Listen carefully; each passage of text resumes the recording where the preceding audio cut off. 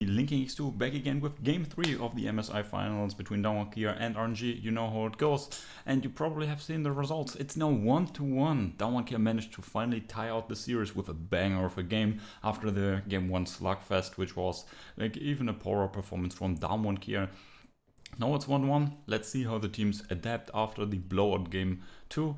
And yeah, maybe RNG has something interesting again, similarly maybe to the Xerath pick that ShowMaker showed us. So yeah, let's dive right into the draft. And let's take a look. RNG and DK, they again have swapped sides as it's common, right? And RNG continuing with the bans against Ghost and ShowMaker. Nothing really too much on a standout here with this, as these picks are very good. And the strange thing is with banning Senna and Varus at the same time, because why is it strange? If you let open Senna and like Ghost pick Senna, you can pick Varus. Varus counters her to a good extent in the early and mid game stages. Yes, later on Senna is obviously a monster, and how she can enable supports and bruiser-like champions. But till then, Varus obviously has her number.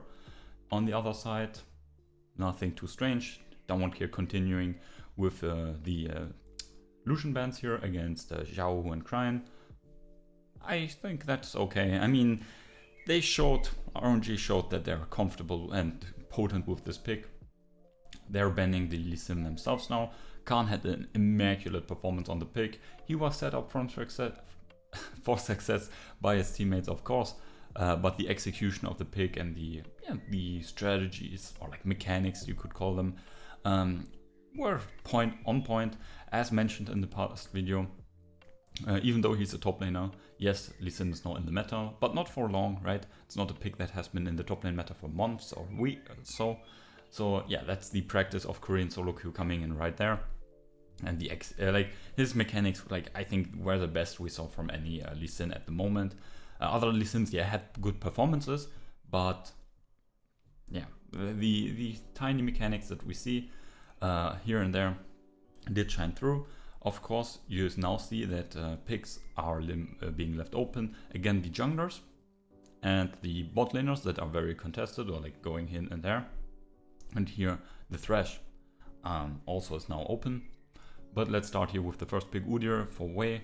Now completely abandoning the thought of Morgana, and you have to say it is a pick that is working for him. Even in this second game, which RNG got quietly slapped after the 20th minute or so, his early game, yes, with setup from his team by fake leashes and lane manipulation, was very good. Got 100% kill participation and so on. But still, the pick does have its weaknesses, and the AP junglers are stronger and regarded better by many for clear reasons. So that's still an issue in prioritization, but you have to also concede that the Udyr pick was not the main issue for RNG. DK making full use of the Thresh. This is what I've been talking about. This is what everybody had in mind. Why is Thresh being banned? Not because Thresh is super OP on its own. Yes, he is very strong, of course, and we have very potent Thresh players all over the tournament. But it is for these interactions. Thresh plus hyper carries. So Thresh plus Jinx, Thresh plus Aphelios, or anything of that nature.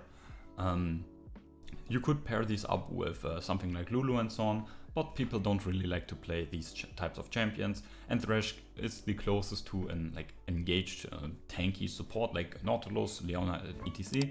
But he also offers protection with his W. So yeah, he can now set up the Jinx. On the other side, nothing too special. We see the Kaisa being picked for Gala.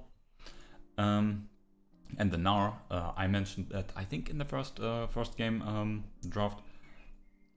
Xiao, who, yes, he has multiple champions in his repertoire. We saw the AP Gragas, for example, but his three main champions are the Lucian, the Lee Sin, and the Gnar. So if any of these are available and do fit in, he's going to elect them. So yeah, here they already know, okay, in terms of standoff 1-to-1 AD carries, unless Kaisa can get like an assassination, dive in with her ultimate on the Jinx, they're going to lose DPS wise, right? Front to back, Jinx obviously offering usually more DPS than Kaisa and also safer DPS due to long range etc. Now here looking to somewhat circumvent that with a pop of a performance and the like amazing Now ultimate in the team fight. And yeah, again, short answer is also like it's one of the left open comfort pick for Zhao, and then tiny bit extra, no one's going to consider it, but blue side now obviously also being stronger and very strong with the I'm not going to repeat that again with Udi, right? Being very good against counters. And yeah, for Canyon here now coming in the Morgana. So yes, he could have gone for the Rumble, right? Rumble also benefiting quite a bit from the Thresh, as Rumble to really make fully use of his kit, especially in team fights where it's a bit harder than the usual trading patterns from past top lane Rumble. He really likes to get into the thick of things, right? With his new change to the overheat, attack speed and AP damage. He really likes to get close. So then the W from Thresh really is good for him. And yeah, also against these champions, he's doing fairly well. Morgana though, not only more comfort for Canyon, I think, and then also comfort and also potent against Now ultimate and the Udyr. Here she's also with her E doing the usual Morgana job to protect the hypercarry, right? Hypercarries, how do you catch them out, or what are their weaknesses? They're usually immobile. As such, mobility is an issue for them, and they can then be CC locked, right? They can't dodge CC or wombo combo ults. Morgana E and Thresh W are helping Jinx really a lot in the later stages. So no one here, they're saying, we're waiting, and these champions here are now looking for more skirmishing. So RNG, these champions do scale, right? Teamfight ults are always relevant, and HP is like decent, but RNG already like behind in late in scaling, unless Down here is inting here with R4 or R5. Their bans are really good on multiple reasons, right? Wombo combo teamfight ults, pick tools, and yeah, already tools to like catch out Jinx if Morgana and Thresh are not near her. Then tools that also additionally fit into RNG's comp, and then high comfort picks again. Ming probably super comfortable on the Nautilus, or like his most comfortable champion at the moment, and for crying, the Orianna is the same thing. So super effective again. On the other side, the Gangplank here would be another threat that would also benefit highly from these champions here, and with his ultimate would set up for Jinx. Like this could also be used as somewhat of a peel tool against like casual Gnar engages, right? You're not really guaranteed to get a like jump in from the side, a flank into a wall, into Gnar wall. Usually you're jumping or like going in from front, so the slow from Gangplank ultimate could be relevant against Gnar, but mostly it's relevant for this stuff here. Kaisa, yes, she is somewhat mobile, but the slow and Gangplank ultimate with barrels follow up can also shut her down. And the matchup into Gnar has evolved to the case where a Gangplank can be super fine, and then they're banning Outcan as well with the Sion. So there are actually like 5 top lane bans here now, and Zhao already has his Gnar pick. So yeah, Khan is the most is the one top laner that is suffering from these top side bans. You would expect the top lane pick to come in here because right, top lane matchups already revealed, and then ShowMaker last picking whatever he wants. This would not be really good. It has no, I mean, now ult is one of the better ults to steal. It's like, if I'm not really thinking too much about it because I don't want to, I think it's probably the second best ult to steal, right? Alistair ult usually the best, but now ult is very close by. The Nocturne here, let's meme them. Think down one Kia, think. You want to play backwards. You're peeling for your Jinx. Why would you pick Engage? Engage that is not peel heavy. Like, yes, Nocturne is good against Gnar. Nocturne is decently good enough against the Kaisa. But why, man? It's you're going in one direction super hard, and now like all the other champions are fucking annoyed by you. Like this Nocturne is the Yazoo, the guy that locks in Yazoo blind in your games and then writes mid or feed or something like that. This is what this guy is doing. Yes, of course, pressing Alt can help Jinx, because then, I mean, maybe this is fucking 5-head play, right? Press R and not int into 5 people, just press R to like cause near sight to protect Jinx from engages. Maybe that's the idea. I don't know. I mean, that would be 5-head actually. Other than that, he's only decently here against Gnar. You could flex him into mid lane, but like, please don't do that. I mean, I don't know. How is he against Ryze? But obviously he's better as a top laner in most cases because of the trading patterns and the range.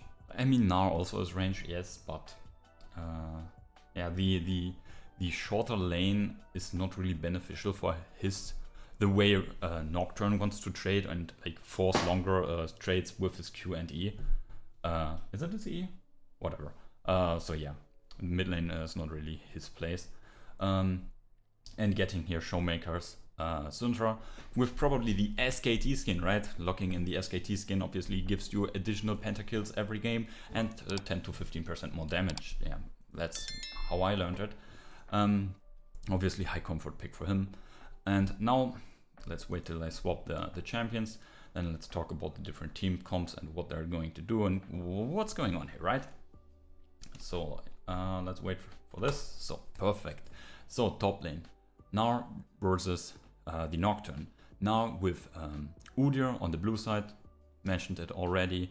That's a very good combination, but sadly for Xiaohu, Wei is somewhat of a bot lane player. If we look how the bot lane is super explosive and both teams are always fighting down there, that makes a lot of sense, but that's taking a bit of the blue side now power away. On the other side, the Nocturne with the Morgana. Morgana usually on red side likes top lane more so, due to the nature of the camps and their ability to and her ability to clear them out super fast. And yeah, with the fear and the slow, they have set up on the mini now. But I hope Canyon. I mean, Nocturne would like a bit of assistance, right? Then he can become a threat in the mid game on its own, right? Not only because of his ultimate in team fights. So yeah, Canyon could spend a bit of time there. But yeah, the main point of Damon's comp is the Jinx.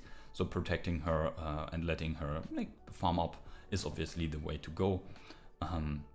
And can't, yeah, with his ult he is decently relevant. Mid lane, Ryze versus Syndra, so SKT Ryze versus SKT Syndra. I hope to see that. But jokes aside, obviously that's a matchup in favor of the Syndra. Ryze with the setup for the Udyr can look to pressure her, but yeah, I think ShowMaker is good enough to circumvent this with her E.